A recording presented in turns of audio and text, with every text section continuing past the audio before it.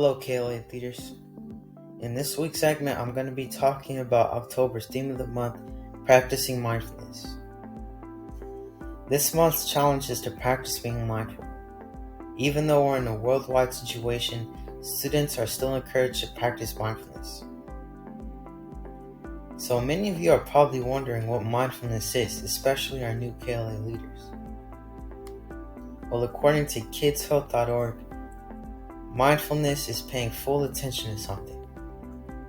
It means slowing down to really notice what you're doing. Mindfulness is the opposite of rushing or multitasking. When you're being mindful, you're taking your time. You're focusing in a relaxed and easy way. If we were on campus, we would be practicing mindfulness during our monthly morning circles with our teachers and Miss Artine. We would keep our hands to our sides, close our eyes, and take deep breaths for a minute. Teachers will try their best to have their students take mindful minutes in the beginning or towards the end of class. Mindful minutes are very helpful for people in general, especially us kids.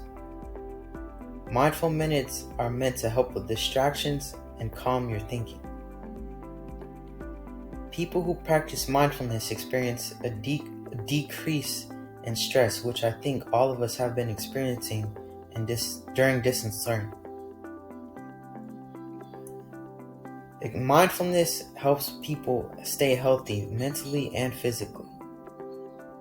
It's very important to practice mindfulness, even if it may feel awkward at first. The more you do it, the more uncomfortable you'll feel, and the more positive you will be. Make sure you practice mindfulness. Remembering to stop, calm down, and take deep breaths could really benefit in stressful situations. My name is Decatur, and see you next. Tatiana, and I'll be talking about Red Ribbon Week, or Red Ribbon Month, since we are in distance learning. Red Ribbon Week is an awareness campaign to give information to communities and schools about the dangers of drug use. Red Ribbon Week takes place on October 23rd to the 31st. And here at KLA, we usually have a Spirit Week at that time, so we make sure to look out for that. During Red Ribbon Week, it's important to be mindful of the bad things drugs can do to you, so don't do drugs. How was Red Ribbon Week started, you say? Well, Red Ribbon Week started because of an old man who was murdered by drug traffickers in Mexico. After his death, people started wearing red ribbons to honor his sacrifice. Did you know that wearing a red ribbon is a great way to raise awareness? You might have heard that October 7th, Mr. Morales, Miss Ridley, and Miss Aguayo were handing out care packages for Red Ribbon Week. So for those of you who got them, great! Make sure to wear the accessories that were provided in the packages and take a photo to celebrate the week. Make sure to participate, because I know there are going to be prizes for individuals and classes. Also, the journalism team will be asking teachers to take photos of their classes participating. Show some school spirit and participate. It's been great talking to you all. Until next time, I'm Tatiana and you're watching The Daily Cougar. Hello KLA, I'm Mohammed and welcome back to The Daily Cougar. We all know that the first 6-week grading period ended and we're at the start of a new one. And many of us did strong, and if you did, good job, I guess. But there were some of us who didn't do so well. But remember, growth mindset. Let's try and take this opportunity and try again. With that being said, I'm just gonna give you some tips about grade and like how to raise them, how to maintain them, stuff like that. So the first things first is to always have a positive attitude, because if you have a negative attitude, you're just gonna bring yourself down in life, and you're not gonna get anywhere. You're always gonna fail. You're not gonna succeed with a negative attitude. So always have a positive attitude. Tip number 2 is to work out where you're having trouble. And what I mean by that is, like, let's say you have, for example, if you have A's and B's, right, but you have one C, raise that C to like a B, and then if you want to go to the next step, the next level, raise those B's to A's if you can. Number 3 is to pay more attention in class. So like, let's say you don't know a certain subject in math, like exponents or something. Don't just go on your phone and watch TikTok, because if you do, you're gonna have an F. So just don't do that. What I would do is I would go to a room without any distractions, and if there are distractions in that room, try and take those out, and then just try to focus on your class. Number 4 is to stop procrastinating. And if you don't know what procrastinating means, it's kind of like when you put something to the side, like, just like, I'll do it later. It's not that important. Like, for example, let's say Mr. Hamler, okay, he gives you a 1,000 word essay that you have to do in like 10 minutes, or else you're going to drop down to 0%. Let's say, let's just say that happens, right?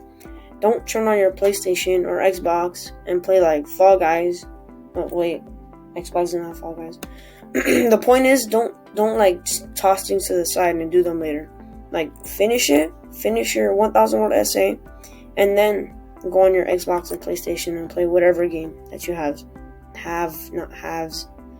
Number 5 is to, like, if you're still stuck, like, worst case scenario, you're still stuck, none of these helped you, there's always Saturday school, so you're not just like, at the very bottom. There's always Saturday school to go to. And if you just, like, even Saturday school, if that doesn't help you, then good luck, I guess. I don't know, just like gain brain cells when you sleep or something. But yeah, like, the thing is, though, nobody wants to go to Saturday school, so just try to ignore all those tempting social media apps like TikTok and like Instagram or whatever. So just ignore those and try to focus. Anyways, I'm Muhammad, and thank you for watching the Daily Cougar. Hello, my name is Jesse, and today I'm going to talk about the virtual award ceremonies. These ceremonies used to take place in the auditorium at the end of every 6-week grading period. However, due to COVID-19, they are now going to take place in a virtual online meet. Each grade level will have their own virtual award ceremony hosted by Mr. Morales, Ms. Artain, and their grade level teachers. The purpose of the award ceremony is to reward those KLA leaders who have achieved a 2.5 or above in GPA and CPA. So congratulations in advance to those of you who have received an award. I'm Jesse, and I'll see you next time.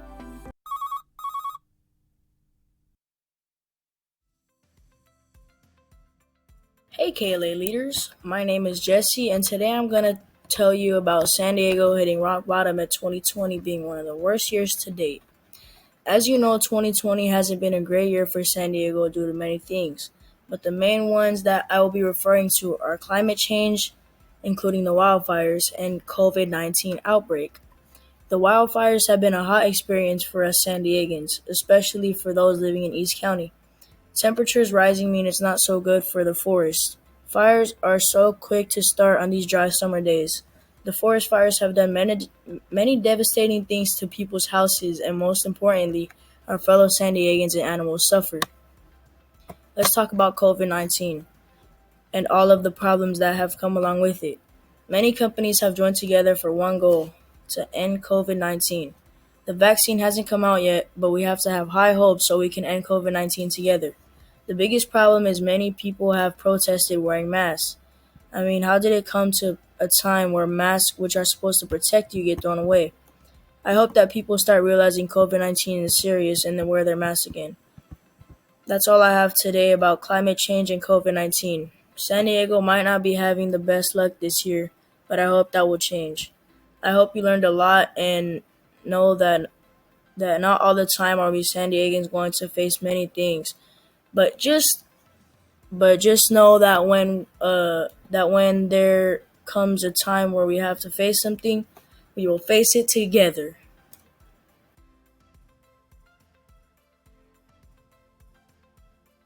Hello everyone, my name is Julian, and today I'll be talking about mass pollution. So let's get right to it. Masks, masks, masks. We've all heard this term over the past few months, and we've even had to wear them. But did you know that, like paper and plastic, which are harmful to the environment, masks are too? Although this might seem like a joke at first, it's not, and action must be taken now. This is occurring because people all around the world are now leaving their masks and gloves where they shouldn't be. These masks and gloves then get slowly carried down by water and went into the ocean where they become trash.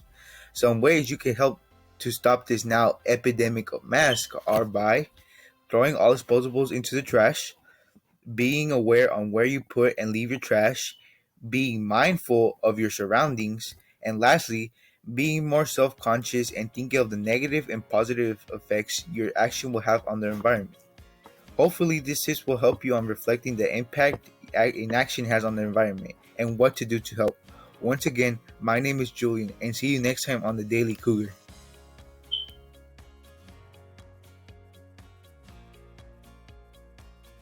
Hello, Kaylee. My name is Mohammed, and I'm here to report on the wildfires that have been happening up and down the West Coast. So, how did these fires start, you say? Well, some started because of people throwing gender reveal parties using pyrotechnics without professionals. Gender reveal parties are obviously parties for new parents who announce what gender their baby will be.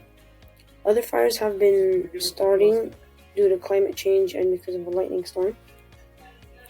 And winds have pushed and expanded the fires throughout Syria, Nevada, Southern California, and south of San Francisco.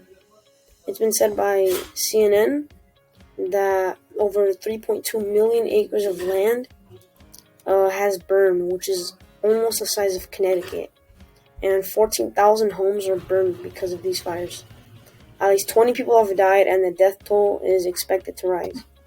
Officials are still searching for missing people as well. We'll keep you up if any new information pops up. My name is Mohammed. Thank you for watching the Daily Cougar.